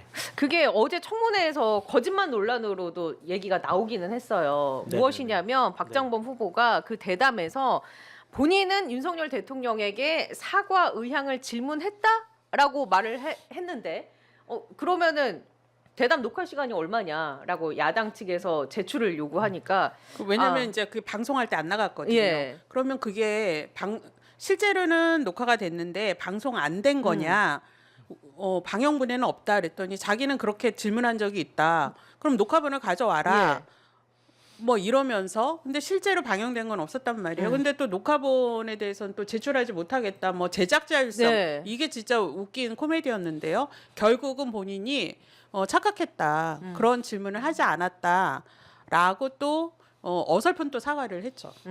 그게 하지 않은 질문이 왜 그분의 머릿속에 있었는지는 사실 저도 좀 궁금하거든요. 예. 임기응변으로 그런 말을 해서 넘어가려고 했는지는 모르겠으나 저희가 확인해 보면 그런 질문이 없기도 하거니와 야당 관련 질문이 아예 없었는데 왜 그렇게 얘기를 했는지 모르겠고 제작 자율성 측면에서는 뭐 그런 얘기 할 수 있다고 생각을 합니다만 그래서 조금 전에 청문회에서 얘기 나온 게 이제 노사가 함께 이제 공정보도를 안건을 네. 다루는 공방위에서 예. 공정보도위에서 확인을 하는 게 어떻겠냐. 그래서 이제 기자협회장도 이 부분은 이제 제작 자율성을 침해하는 것이 아니라 제작 자율성을 지키기 위한 그런 확인 절차이기 때문에 괜찮지 않겠느냐고 얘기를 했는데 지금 뭐 어떻게 얘기를 하는지 모르겠습니다. 아, 그 저희 예. 녹화 원본에 대한 같이 이제 연락 노사가 같이 확인을 해서 합의를 해보자. 해서 제작 자율성으로 접근할 것이 아니라 이건 오히려 제작 자율성을 보호하는 행동이니까 한번 공개를 해보자. 라고까지만 얘기가 나는데 그 뒤에 얘기는 이제 그러니까 그게 진실 영- 규명이 더 중요하다 이거. 네. 그게 다운로드는 안 되지만 영상 원본이 그대로 남아 있어요. 저희가 지울 수 없게 돼 있기 때문에 저희가 네. 볼 수 있거든요. 소위 네. RT라고 하죠. 그러니까 그 실제 방송분과 네네네네네. 녹화된 방송분의 분량 차이는 어느 정도 나나요? 그게? 그거 그러니까 본인이 몇십 계속 분 차이 안 지금 나는 예, 거죠. KBS 예, 측에서는 뭐 이게 제작 자율성 이러면서 분량도 얘기를 안 해주는데 박장범 씨가 자기는 2시간 정도 녹화한 걸로 기억난다 이렇게 얘기했고요. 실제 방송분은 77분이란 말이에요. 그럼 120분과 77분이니까 대략 한 4, 50분의 갭이 있잖아요. 네, 그러면 그 안에 박장범 씨가 주장하는 이 말이 있느냐? 근데 어쨌든 박장범 씨는 자기가 착각했다 그랬어요. 그러니까 그 말이 없는 거는 확실한 것 같고요. 예. 근데 이제 나머지 부분에 더 얼마나 또 조공 그러게요. 아부 네. 멘트들이 또 차고 넘치는지는 그거는 저는 KBS 내부에서 적극적으로 정말 이거는 제작 자율성을 제대로 지키는 차원에서 사실 확인을 해보는 게 중요하다고 생각합니다. 정말 말씀하신 것처럼 대략 한 40분 정도의 시간차가 있다면 도대체 그 안에 어떤 내용들이 담겨 있는지도 알아야 할 권리가 국민들한테는 있지 않나? 예, 이번에 박장범 씨가 예. 주장하는 게 너무 사실관계가 안 맞으니까 국민들이 의혹이 들 수밖에 없어요. 의구심이. 도대체 파우치 논란도 이렇게 지금 국민들에게 그 KBS의 진짜 공신력 신뢰도를 떨어뜨릴 만큼 충격적인 일이었는데 그럼 나머지 미방영 분에는 얼마나 또 부적절한 내용들이 있는가? 예. 그리고 왜 박장범 씨는 그 대통령과의 특별 대담이 본인 인생에서 한 번 올까 말까 한 기회인데 왜 이렇게 아주 중요한 이런 사과할 의향이 있냐고 대통령한테 물었다는 질문을 왜 착각을 하는가? 예, 이거는 반드시 좀 규명이 될 필요가 있다는 생각. 뭐 본인의 명예를 위해서라면 숨길 게 없는 거죠. 그렇죠. 이건 뭐 그러니까 녹화하는 게 뭐 잘못된 거 아니고 노사 그리고 뭐 기자협회까지 참여해서 같이 확인을 하고 공개하면 되는 문제입니다. 이거를 이제 뭐 제작 자율성을 핑계로 삼아 가지고 공개하지 않고 버틴다는 거는 이해할 수 없는 대목이 아닌가 예. 싶어요. 예. 공신력이 하락됐다. KBS가 그동안 박장범 앵커의 여러 가지 일들로 인해서 그런 말씀 해주셨는데 실제로 시청률도 추락하고 유튜브 구독자도 급감했잖아요. 그렇죠. 예. 급감했죠. 지금 그 시사인에서 신뢰도 조사를 1년마다 합니다. 2023년 11월이 이른바 그 윤석열 낙하산 1호 박민 체제가 네. 이제 박민이 입성한 게 지난해 11월이란 말이에요. 박민 체제가 그 오자마자 그 이전에 KBS 보도가 공정하지 않았다, 편파적이었다라고 대국민 사과를 일방적으로 맞습니다. 하거든요. 그랬던 2022년 KBS 신뢰도는 4.1% 포인트 더 올랐던, 예, 그래서 신뢰도가 더 높아졌단 말이에요. 그런데 올해 8월 조사에서는 5.7% 포인트가 폭락을 해서 한 자릿수로 내려앉았어요. 네, 시사인 조사에서 KBS가 8.5% 신뢰도가 8.5% 한 자릿수라는 성적표를 받은 건 지금까지 받은 성적 중에 가장 낮은 신뢰도였습니다. 네. KBS에서 최근 들어서 이제 보도 자료를 몇 건 낸 게 있는데 KBS 9시 뉴스의 시청자 수가 압도적으로 1위다라는 보도 자료인데 그거는 어떤 의미냐면 저희 직원들이 보기에는 강아지가 멍멍멍 울고 있습니다라는 얘기예요. 왜냐하면 KBS 뉴스가 항상 압도적으로 1위를 했었거든요. 근데 이 자료를 왜 냈냐면 계속 이제 이 추격을 당하고 있으니까 MBC에 MBC 추격을 당하고 있으니까 그런 불안감으로 이제 자료를 냈었는데 이제는 그런 자료도 이제 못 내게 생겼습니다. 최근 들어서 이제 MBC 시청률이 KBS 뉴스를 앞지른 지가 좀 됐거든요. 네. 근데 더 문제가 뭐냐면 그 20세에서 49세 이게 젊은 세대들이 이제 KBS 뉴스를 어떻게 바라보느냐 이걸 시청자 수로 이렇게 판단을 해보면 거의 MBC 뉴스의 절반 정도에 불과한 거죠. 그래서 이제 박미 사장 취임 이후에 KBS 뉴스의 추락이 네. 더욱 두드러지고 있다.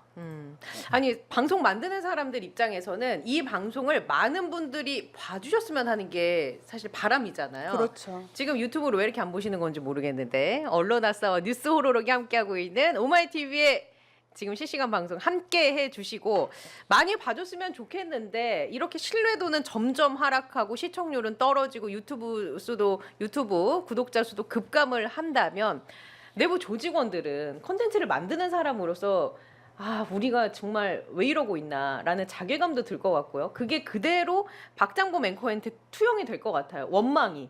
그래서 많은 분들이 공영방송 우리가 신뢰도 1위 했었던 과거의 영광 말 그대로 여기에선 영광인데 그걸 되찾기 위해서라도 뭔가 액션을 해야 되지 않겠냐라고 해서 상당수 분들이 지금 박장범 후보가 사장으로 임명되는 것에 반대를 하고 있는 거죠.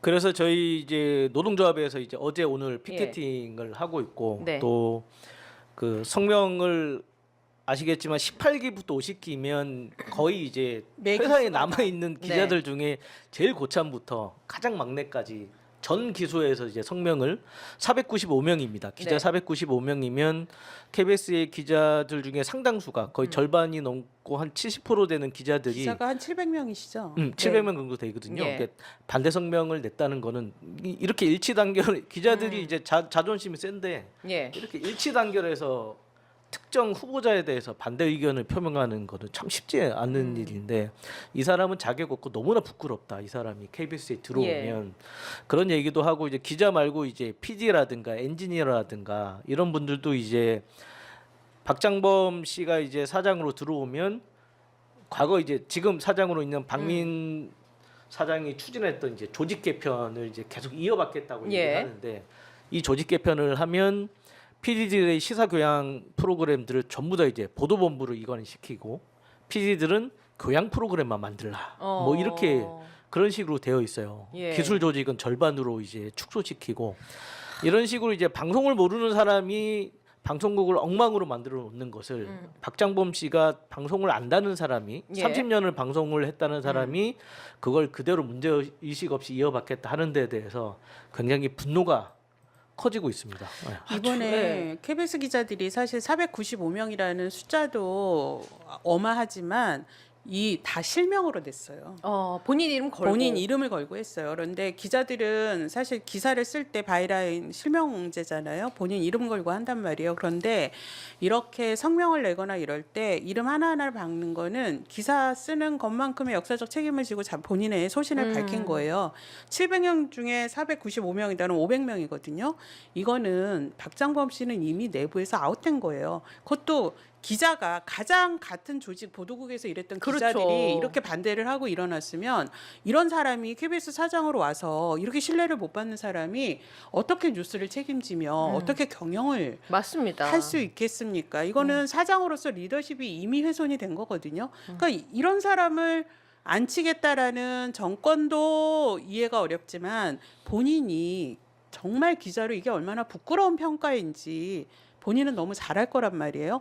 어제도 청문회에서 이거에 대해서 어떻게 생각하냐 했더니 겸허히 받아들이겠다. 그러고는 그러면 여기에 대해서 본인이 반성하냐. 그랬더니 또 특별히 반성할 건 없다. 앞뒤가 안 맞잖아요. 네, 그래서 어느 의원이 물었어요. 그럼 박장범 씨 찬성한 성명이 하나라도 있냐? 하나라도 없잖아요. 한마디도 못하는 거예요. 심지어 KBS에는 보수 성향의 노조도 있습니다. 노조가 지금 현재 4개나 돼요. 그 KBS 본부는 아주 적극적인 규탄과 반대를 하고 있는데 그러면 다른 곳에서라도 찬성을 한다. 찬성을 하든 뭐 찬성이 아니더라도 뭐 나와야 되는데 그러면 외부의 단체에서 있었냐? 없습니다. 지금 밖에서 시민단체, 언론단체 다 반대하고 있죠. 그런데도 이 자리를 지키겠다고 저렇게 앉아 있는 건 결국은 KBS를 더 망가뜨리고 정권이 KBS 장악하는 거에 충성하겠다. 이거 하나로 저렇게 버티고 있다고 봅니다. 외부의 이제 보수적인 분들은 좀 당황하셨을 것 같아요. 설마 저분이 사장 후보로 됐을까? 박민 사장을 윤석열 대통령이 앉힌 지 1년밖에 안 됐는데 네. 앉힐 때 굉장히 큰 역할을 부여하지 않았겠냐라고 생각을 저희는 하거든요. 수신료 제도를 망쳐놓고 그래서 KBS에 이제 재정을 흔들어 놓고 또 극우 인사들을 앉혀가지고 KBS의 보도를 네. 엉망으로 만들어 놓고 이런 역할을 수행하고 할 거라고 생각했는데 그게 사실은 직원들이 굉장히 거세게 싸워서 사실은 박민 사장이 해놓은 게 없거든요. 예. 그들의 입장에서는 그래서 더 일을 맡길 거라고 생각을 했었는데 아 윤석열 대통령보다 다른 분이 더 세구나라는 것을 이제 확실히 알게끔 한 거였고 이 박장범 사장 후보자가 그렇게 얘기를 했다고 그러더라고요. 청문회에서 그 많은 기자들이 후배 기자 동료들이 이제 비판 성명을 냈는데 사퇴하라고 거기에 대해서 어떻게 생각하느냐? 100%이 내용에 동의해서 서명한 건 아닌 것으로 알고 있다. 생각한다. 기자들이 자기 이름을 내걸고 하는데 기사를 쓰는 예. 사람들인데 아무데나 이름 써서 이렇게 성명 내지 않지 예. 않겠습니까? 그렇죠. 아직도 현실 파악을 못 하고 있구나. 아직도 현실 파악을 못 하고 있다. 우리 지금 저희 네. 예, 지금 네. 아마 과방위 라이브도 보시고 막 그러시느라고 오늘 예, 많이들 못 오신 것 같은데 그래도 막 이 댓글에 지금 관심들이 뜨거우신데 무궁화님이 KBS 기자들 박장범이 사장 취임하면 시간차로 단체 휴직하세요. 안 될 말인가요? 네. 지금 휴직을 안 그래도 박민 사장이 휴직을 하고 시행하고 있어요. 무급휴직. 재정을 아낀다고 휴직을 하고 무급휴직제. 있는데 솔직히 이제 휴직하고 싶어하는 분들이 많습니다. 아, 이런 분위기에서 내가 일할 맛이 네. 안 난다. 그래서 이제 박민 사장의 성과라고 하는 게 육아휴직자들이 굉장히 많이 늘었다. 그리고 출산하시려는 분들이 직원들 사이에 굉장히 아, 많다. 이거는 아, 출산율 기여의 박민 사장이. 네, 이거는 인사운영부장이 직접 얘기하는 거예요. 아, 그래요? 휴직자가 너무 늘었다. 어. 일반 휴직은 안 받아주고 있거든요. 예. 왜냐하면 휴직자가 너무 많아가지고, 그러니까 어. 법적으로 해줘야 되는 휴직 있잖아요. 육아휴직이라든가 예, 예. 뭐 이런 분들이 너무 많아가지고 일반 휴직은 이제 받지를 못하겠다. 아니 윤석열 어. 대통령의 빅픽처인가요? 저출산 대책을 마련하겠다고 했었는데 이런 식으로 사회 곳곳에 인사들을 꽂아서 근로 의욕을 떨어뜨리고 대신 이 시간에 내가 출산과 육아에 기여하겠다라는 분위기를 만들려는 그래서 빅픽처인지. 뭐 시장님께서 휴직 네. 얘기 말씀하셨는데 뭐 더 강력한 투쟁 수단으로 저희가 박장범 씨가 이렇게 제 발로 걸어 들어와서 이제 편안하게 사장을 하게 하지는 않겠다. 저희 조합원들은 그렇게 생각을 하고 있습니다. 예. 아 뭔가 또 준비하고 계신 게 있는 것 같습니다. 예, 뭔가 준비하고 있어요. 네, 보니까. 여기 지금 댓글에 이진행님이 네. 우리 저기 최 장군님 네. 예. 저의 찐팬이십니다. 아, 예. 찐팬이신 것 같은데 우리 민원연에 대해서 예. 또 잘하시나 봐요. 그래서 보니까 94년에 네 그때 94년에 민원연이 요건 제가 설명드릴게요. 네. 연남동 연세 맨션에 있었습니다. 맞습니다. 그 연세대인가가 아니고요. 예, 연남동 연세 맨션에 있었고요. 그때 저 교회 한백교회 분들이 오셔서 저희 건물에서 예배도 보시고 또 저희가 같이 그 당시에 선거보도 감시 연대회라는 활동도 하셨던 것 같습니다. 너무 예. 반갑네요. 예. 이렇게 민원연의 90년대 활동을 잘 아시는 분이 최 장군님 또 찐팬이라니 너무 반갑습니다. 민원연에 꼭 오십시오. 예. 네. 아, 기자로서도 무능력하고 경영자로서도 무능력하다라는 게 이번 인사청문회를 통해서 밝혀진 성과가 아닐까 싶은데 경영자로서도 무능력하다고 봐야죠, 처장님. 어떻게 아니 볼 수 있습니까? 이분이 경영은 아예 업무를 해본 적이 없어요. 네. 청문회에서도 이런 업무를 해본 적 있냐 그랬더니 아 기자는 이런데 잘 안 간다 뭐 이런 얘기하는데 무슨 얘기세요? 기자도 경영이라든지 정책이라든지 기획 단위에 많이 파견되셔서 일하거든요. 본인이 거기에 파견이나 보직을 못 받았던 거죠. 꽃길만 갔으니까. 네, 또 그리고 상대적으로. 임원 경력도 네. 없습니다. 물론 뭐 이번에 이분이 사장이 된다면 뭐 그 연소 뭐 사장이 된다 이러는데 사실 최연소가 뭐 어떤 의미가 있는지 모르겠어요. 그리고 저는 이분이 30년 기자 생활을 했다고 그렇게 강조를 하는데 어떻게 이달의 기자상 한 번 받은 적이 없는지 전 그게 제일 희한한 기록이었어요. 정말 30년 했으면은요 웬만하면 예. 이달의 기자상 기자 앞에서 한 달에 한 번 주는 거요. 한 편만 주는 것도 아니지 않습니까? 여러 네. 편 줍니다. 그리고 방송 기자 들은 또 더 많은 수상의 기회가 있는데 어떻게 한 편도 받지를 못했으며 심지어 기억에 남는 보도가 뭐냐 말 없다는 거예요. 기자로서 롤 모델이 누구냐 그것도 없다는 거예요. 저는 그 경영계획서 황당한 거 네. 이제 아마 기자님이 말씀해 주실 텐데 저는 이 기자로서의 경력이 저도 기자 10년 채 안 되게 했지만 저도 상 몇 개 받으셨어요? 좀 받았거든요. 아니 근데 어떻게 이렇게 상을 못 받냐고요. 공 기자님 상 몇 개 받으셨습니까? 저는 뭐 자랑하는 시간입니다. 자랑해야 됩니다. 저는 한 16개 정도. 오, 16개나. 그러니까 와. 이렇게 받는다고. 그러니까. 다 주는 건 아니고요. 다 주는 건 아니고 잘해야 물론 주는 못 건데. 받는 분도 계시지만 네. 웬만하면 사실 저도 뭐 아나운서상, PD상 여러 가지 받았지만 여기는 다 상을 받았는데 어떻게 사장 후보가 상을 하나 못 받을 그러니까 수가 상을 못 받았다는 거는 이제 허위라고 이분이 얘기했습니다. 상을 3개 받았는데 네. 사내 유공상 뭐 이런 거 그러니까 세 기자나 취재나 기자로서의 받은 상이 상은, 아니잖아요. 네. 자신의 다른 언어상. 취재물로 받은 거는 없더라고요. 예. 그래서 저도 굉장히 놀랐는데 이제 KBS가 굉장히 복잡한 조직은 맞습니다. 직종도 열 몇 개가 되는 예. 직종도 있고 해서 사실은 경영을 다 잘할 수는 없긴 하나 그러면 이제 존경받는 기자 선배는 되어야 하지 않을까라는 그렇죠. 생각을 했는데 그러면 이제 좀 공부를 하고 이제 경영 계획서를 써야 되는데 저는 좀 의심을 했어요. 아, AI의 도움을 받았나? 는 생각을 예. 할 정도로 대학생 리포트 정도의 그 수준의 이제 경영 계획서를 써왔고 청문회에서 얘기를 하더라고요. 그 사내 누구의 도움을 좀 받았습니까? 하니까 뭐 외부의 누구 뭐 밝히지 않는 외부의 도움을 받았다고 하는데 아니 KBS가 얼마나 복잡한 조직인데 사실 뭐 이렇게 친한 분들이 있으면 뭐 회사의 비전이라든가 네. 이런 것들이 이제 뭐 친한 동기라든가 해가지고 이제 썼을 텐데 그것도 아닌 게 굉장히 불성실하다. 그리고 제가 이제 소속이 부산총국이다 보니까 이게 한 말씀 드리는 게 KBS는 유일하게 18개의 예. 방송국이 있어요. 지역 그 총국을 다 지역 포함해서 총국, 지역국 포함해서 예. 이 방송국들이 재난 보도에 중추적인 역할을 하고 있습니다. 그렇죠. 재난 보도가 KBS 굉장히 중요하잖아요. 네. 네.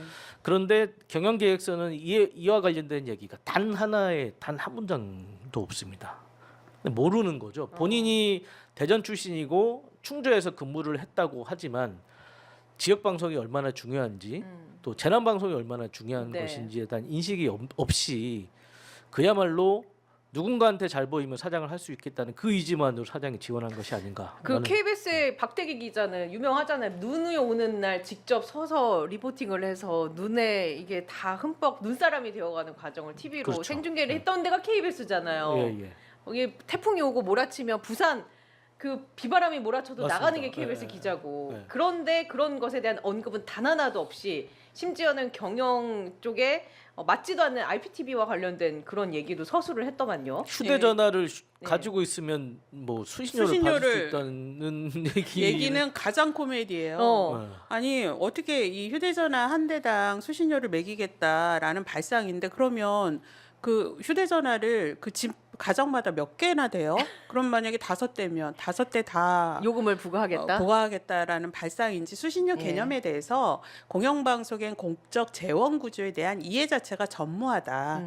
그리고 지금 어제도 질문할 때 KBS의 주요 재원이 어떻게 되냐 이런 거 하는데 정말 그걸 세세히 알고 있어야 돼요. KBS 사장은 제일 중요한 거지 않습니까? 근데 수신료를 지금 이 윤석열 정권이 수신료 제도를 망가뜨려서 KBS가 경영 위기에 온 첫 번째 이유예요. 거기에 대해서 단 한마디도 못해요. 본인이 입사를 94년에 했다는 거잖아요. 네. 그때 KBS 수신료가 정기 요금하고 병합이 돼가지고 재정의 안정을 이루기 시작을 했는데 본인은 그렇게 안정된 KBS에서 정말 기자로서 많이 누렸단 말이에요. 근데 지금 와서 정권이 KBS를 장악하려고 갑자기 수신료 분리징수하는 것에 대해서는 단 한마디도 항변을 못하면서 이렇게 엉뚱한 경영계획서를 내놓는 사람은 자격이 없죠. 예. 본인이 이제 KBS 출신이면 KBS 재정이 얼마나 중요한지 알지 않겠습니까? 박민 사장은 이제 모를 수도 있지 않을까요? 지금? 외부 출신이면 모를 네. 수 있다고 봐요.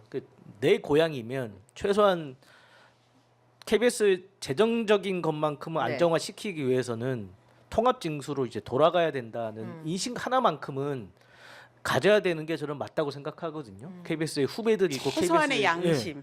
근데 그런 것도 없는 게 좀 놀라웠고 또 이제 그 칩 얘기했잖아요. 네. 휴대전화. 네. 그러려면 이제 TV를 볼 수 있는 칩을 이제 휴대전화에 넣어야 되는데 뭐 삼성은 모르겠습니다. 뭐 넣어줄지 모르겠으나 그러면 아이폰. 애플에 가서 칩을 넣어달라고 하면 애플이 넣어주나요? 그거를? 그러니까 현실 인식이 없다는 거 두 번째 현실 인식이 참 없구나. 아니 생각이 재정적 안정을 추구해야 된다고 얘기해 주셨는데 개인의 재정적 안정은 좀 추구했던 것 아, 같아요. 엄청 하셨던데요? 네, 엄청 주식 거래를 하셨던데요? 억 단위로 그냥 네. 하셨더만요. 업무 시간에. 네, 업무 시간에 했어요, 이분. 아니 근데 저는 공교롭게도 이분이 그 파우치 앵커로 그 김건희 여사 심기경호 했다라고 하는데 김건희 여사가 지금 또 주가 조작으로 네. 이 또 기소가 안 돼서 국민들이 지금 분통이 터지고 있잖아요. 아니 근데 또 이분이 또 주식 거래를 했어요. 그래서 아니 이런 분들은 왜 이렇게 주식 거래에 또 능하냐. 관심이 많아? 네. 막 이런 생각이 드는데 본인이 그 고대영 사장 비서실장 시절이에요. 그 근무 시간에 주식 거래한 게. 근데 하루에 또 억 단위의 큰 거래도 했는데 처음에는 자기 그런 적 없다. 뭐 난 모른다라고 하다가 기록이 나왔단 말이에요. 거래 네. 기록이. 그랬더니 아내가 음, 아내 핑계 대고 예, 뭐 부부가 같이 주식 계좌는 자기 계좌 하나를 쓰고 있는데 아내가 한 것 같다. 그러면은 아내가 타인의 계좌로 하면은 안 되잖아요. 아무리 부부라도 이거 불법 아니냐라고 했더니 또 말을 바꿔요. 아내가 종목을 추천했고 내가 네. 거래를 투자한 거는 내 돈이다. 뭐 이런 얘기를 하셨는데 이게 진짜 KBS 직원들 근무 중에 주식 거래 할 수 있어요? 그게 막혀 있죠. 막혀 있어서 접속을 못 하게 돼 있습니다. 그래서 아마 스마트폰으로 이제 하신 것이 아닌가 예. 싶은데 비서실장이 굉장히 바쁜 자리거든요. 이때 당시에는 또 그 힘들었어요. 그때 파업 투쟁하고 있었잖아요. 파업하고 그래가지고 항상 보고가 들어오고 전화가 오고 하는데 이분은 그 자리에 앉아서 그렇게 수십 번 주식을 거래할 수 있는 시간이 있었는가? 그때 놀랍습니다. 제가 그 고대영 사장 시절에 KBS를 담당하던 기자였어요. 네. 제가 미디어 담당 기자로. 그래서 그때 KBS 가면 뭐 그 근데 전 박장범 비서실장은 생각이 안 나더라고. 제 취재 수첩 어디한가 있을지는 모르겠는데. 존재감이 없었던가 아니 봅니다. 왜냐면 고대영 사장님하고 어쨌든 저녁도 먹고 술도 먹었단 말이에요. 출입 기자라고. 근데 왜 내가 박장범은 생각이 안 나지? 뭐 이러는데 여튼 그 KBS 그 사장실에 가면 비서실장 진짜 바빠요. 뭐 코멘트 하나나 또 뭐 잠깐이라도 얘기하는 거 되게 힘들거든요. 근데 이분이 이렇게 주식 그것도 거래를 하루에 왕왕. 보면은요. 6월 10일 날 네. 25회 체결을 합니다. 근데 저도 참 주식 잘 모르는 사람인데요. 예. 우리가 뭐 물건 하나 그 쿠팡에서 뭘 하나 사도 한번 그 살려면 시간 걸리잖아요. 상품 설명이라도 한번 봐야 하고 뭐 그렇죠. 근데 이거는 주문하는데. 돈이 걸린 문제인데 25번을 하루에 체결하려면 거의 하루 종일 이것만 한 거 아니에요? 12월 22일 17번 체결을 해요. 아니 그리고 뭐 수십만 원 수준이면 뭐 가능하면 제 간이 작아서 수십만 원까지는 가능한데 1억 5천을 그렇게 그러게요. 1억 할수 있다는 5천, 거는 뭐 예, 유한양이 1억 2천만 원 매수를 했단 말이에요. 네. 과연 그래서 이게 저 노정면 의원이 본인이 이거 자기 또 처음에 안 했다라고 막 이러는데 이렇게 거짓말 하게 되면은 KBS 인사 규정에 이거는 반하는 징계다. 근데 재밌어요. 그 징계가 뭐냐면요. 오손이에요. 품위 오손. 오가 오염시킨다는 거잖아요. 그렇게 품위가 떨어진 상태로 KBS 사장에 가게 생겼습니다. 지금. 들어오게 네. 된다면 어떻게 들어오자마자 징계를 품위 오손에 해당하는 징계를 해야 되는 그런 상황이에요. 그 이진석 된 사람이 어떻게 KBS 사장으로 들어올 그러니까요. 이진석 방통위원장한테 법카 여왕이라고 막 했잖아요. 네. 그런데 법카 여왕을 그런 데다 붙이면 안 된다. 이거 법카 충이다. 법같이 예, 이렇게 그 오윤혜님이 얘기를 하신 적이 있는데 이번에 이렇게 주식 거래 근무 중에 했다라는 네. 걸 보고요. 정말 우리 또 지혜로운 네티즌들께서 뭐라 그랬냐면 별명을 달았습니까? 주식왕이 탄생했다. 아 주식왕이 탄생했다. 전 주식충이라고 해야 될 것 같은데. 아 주식왕이라는 것은 말씀하신 것처럼 품위가 있어 보이잖아요. 그러니까요. 주식왕은 네, 좋아 보이잖아요. 네, 이거 지금 품위 오손에 해당하는 거잖아요. 그러면 주식충이라고 해야 되겠죠. 예. 아까 전에 그 상 얘기를 했더니 우리 지금 그 보시는 분들께서 저도 집에서는 상 많이 받아요. 우리 마님이 집에서 밥상을 많이 주던데 이 박장범 앵커도 집에서 상을 많이 받나 봅니다. 라면서 그 얘기를 남겨주셨는데 그 뒤 이어서 아이고 저희는 자율 배식제입니다. 저는 집에서 상을 못 받습니다. 라면서 이제 이렇게 서로 우픈 농담을 나누고 네. 계십니다. 자, 이런 상황 속에서 이제 임명이 될 것 같고요. 청문회는 이틀 동안 타이트하게 하긴 했습니다만 사실 이것을 우리가 결정을 바꾸기는 쉽지 않을 거잖아요. 그동안의 관례로 봤을 때도. 그렇죠. 인사청문 보고서는 채택이 예. 안 될 텐데 문제는 채택이 안 돼도 윤석열 대통령이 임명해 임명을 버리면. 강행할 거란 말이에요. 네. 박민 사장 때도 그랬고 뭐 다른 장관들이나 기관장들도 국회의 의사와 상관없이 본인의 마이웨이를 고집을 했으니까 막말에도 그 논란에도 불구하고 뭐 많은 이렇게 분들이 위법적인 사항 네. 그다음에 뭐 자격 없음 뭐 여러 문제가 드러났어도 임명을 강행할 것이다 이렇게 예측을 좀 하고 있는 거죠. 그럼 이제 KBS는 어떻게 대응해 나갈 것입니까? 지금 이제 노조들은 일단 뭐 다른 노조는 모르겠습니다. 어떻게 할지는 잘 모르겠습니다만 저희는 똑같습니다. 낙하산 박민도 그렇고 지금이 이제 주식충 박장범도 마찬가지고 KBS가 지금까지 가져온 역사와 명예가 있겠습니까? 있지 않겠습니까? 또 이 시청자들께서 원하는 KBS의 상이 있는데 그런데 전혀 어울리지 못하고 정권에 굴종적으로 아부하고 또 낙하산이고 이런 사람들은 KBS에 발을 들여 놓을 수 없을 것이고 예. 들여 놓았다 하더라도 박민처럼 네. 불명예스럽게 나가야 되는 그런 순간이 빨리 올 것이다. 예. 박민을 쫓아냈던 것처럼 저희는 박장범도 반드시 빠른 시간 안에 네. 내보낼 생각입니다. 그렇죠. 네. 원래 이 정권이 박민을 연임할 거라고 90% 이상 그렇게 다들 예측했단 말이에요. 그런데 이제 내부에서 거세게 반발하고 국회에서도 박민 지금 사장이 지원을 할 때 여러 위법 사항이 드러나고 이러면서 정권에서는 박민으로 계속 가면 안 되겠구나라고 해서 말을 갈아탔을 거다 이렇게 보는 건데 내부에서 얼마나 이제 투쟁을 하고 저항을 하느냐가 결국은 박장범의 수명이 길 거냐 네. 짧을 거냐가 달려 있다 생각을 하고요. 그리고 또 지금 국민들이 너무 이 파우치 앵커 예. 너무 관심이 큽니다. 사실 그 전에 박민은 잘 몰랐어요. 근데 파우치 앵커는 박장범은 모르지만 파우치 박은 너무 네. 유명해요. 임팩트가 너무 강한 발작 버튼 같은 일종의 파우치라고 발작 버튼 같은 건데 그 발작 버튼을 누른 사람을 우리가 봐야 하는 그런 지경에 이르렀습니다. 자, 앞으로 뭐 어떻게 진행이 될지 좀 더 지켜보도록 하고 계속 뉴스 오로록과 언론아싸는 저희가 원하는 그 결과가 나올 때까지 모든 공영방송이 사수되는 그날까지 지켜볼 것이죠. 네, 공영방송 사수를 해서 공익 광고 하나만 해도 돼요? 공익 광고 하십시오. 네, 저희 민원연에서 이번 주 금요일 날이요. 이 공영방송을 지키는 게 얼마나 중요한 일인지를 예. 시민들과 함께하기 위해서요. 공영방송을 주제로 한 2개의 토론회를 준비를 했습니다. 네. 올해 민원연이 창립 40주년이 되는데 민원연 40주년에 있어서 공영방송을 시민들과 함께 지켜내는 것 이것만큼 중요한 일이 없어서 토론회 일은 윤석열 정권이 반환점을 돌았죠. 후반기 공영방송 파괴 시나리오와 대응 방안. 여기 보시면 조혜진 KBS 수석본부장, 이호찬 예. MBC 본부장, 고한석 YTN 부장 다 저희 언론아스에서 자주 보시던 네. 그다음에 이민준 TBS 또 아나운서까지 예.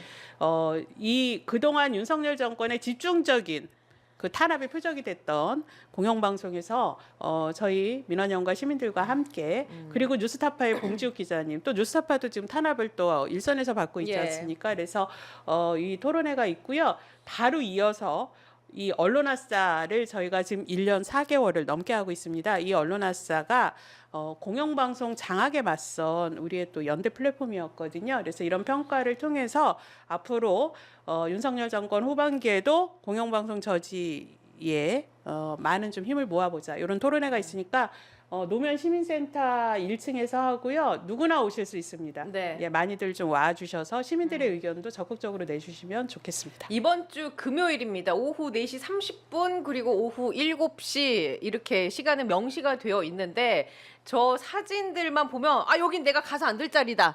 이 사람들 나오는 거 아니야? 이 사람들이 나오는 게 아니고 이 사람들을 막아내자. 네, 이 분들을 막아내기 위한 목소리가 저 노면 시민센터에서 울려 퍼진다고 하니까 관심 있는 분들은 꼭 가서 응원의 한 말씀 그리고 지지 격려의 한 말씀 남겨주시면 정말 많은 힘이 될 것 같아요. 꼭 좀 관심 가져 주십시오. 그렇게 해서 공익 광고를 해드렸습니다. 공영방송을 지키기 위해서 저희가 말씀드렸고 공 기자님 혹시 출산휴가나 뭐 육아휴직 가실 생각은 아직까지는 없으신 거죠? 아우 저 아이들이 다 커가지고 예. 혹시나 이 시점에 뒤늦게라도 뭔가 열심히 투쟁 여기 남아서 예. 열심히 투쟁하겠습니다. 알겠습니다. 네. 그 투쟁을 제가 옆에서 계속 응원 드리면서 앞으로도 종종 모셔보도록 하겠습니다. 공영방송 KBS 사장은 말 그대로 저희가 이야기 나눈 것처럼 여태까지 신뢰도 측면에서 그리고 재난방송, 재해방송 측면에서 국민들에게 많은 울림을 주는 그런 귀한 자리입니다. 그런데 이 자리를 지키는 수장이 정권의 아부좀했다고 해서 보온을 받아서는 안 되겠죠. 보온 인사라고 생각하지 않는다라고 얘기를 했습니다. 박장범 앵커는 박장범 앵커가 얘기한 게 아니라 이건 이윤석 의원이 얘기했죠. 보온 인사라고 생각하지 않는다. 윤 대통령은 고마운 것을 모르는 사람이고 자기만 알고 도움을 받아도 보답은커녕 해코지하는 사람이다. 또 뒤통수 칠지도 모를 일이다라는 발언을 이준석 의원이 얘기했는데 박장범 앵커는 어떻게 생각할지 모르겠습니다. 본인이 보온 인사를 받았다고 생각을 할지 아니면 나중에. 아니라고 생각을 할지 그건 좀 더 지켜봐야 할 일이고요. 이 청문회를 계기로 우리 시청자분들, 구독자분들 더 많은 분들이 박장범 후보에 대한 실체를 조금 더 아셨으면 좋겠습니다. 자, 오늘 방송은 여기에서 마무리를 하도록 하고 두 분과도 인사 나눌게요. 예, 아주 긴 시간 함께 해주셨는데 다시 한번 감사의 말씀드리고 저는 내일 12시에 뉴스 오로록으로 다시 찾아오도록 하겠습니다. 언론아싸와 함께하는 이 프로그램은 다음 주 화요일에 다시 찾아옵니다. 시청해주신 여러분 고맙습니다. 감사합니다. 좋습니다.